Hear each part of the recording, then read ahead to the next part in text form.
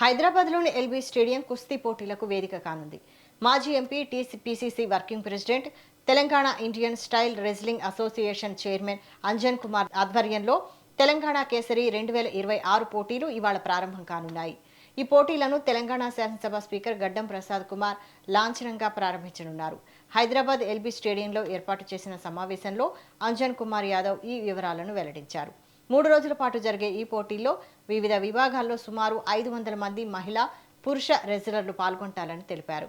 పురుషుల విభాగంలో విజేతలకు తొలి బహుమతిగా 3 లక్షలు, రెండో మరియు మూడో బహుమతులుగా వరుసగా 2 లక్షలు, 1 లక్ష అందజేస్తామని చెప్పారు. మహిళల విభాగంలో విజేతలకు ₹1,00,000 నగదు బహుమతి అందజేయనున్నట్లు పేర్కొన్నారు. రెజ్లింగ్ అనేది వారసత్వంగా వస్తున్న ప్రాచీన క్రీడ అని అంజన్ కుమార్ యాదవ్ అన్నారు. రెజ్లర్లను రౌడీలుగా ముద్ర వేయడం సరికాదని ఆయన వ్యాఖ్యానించారు.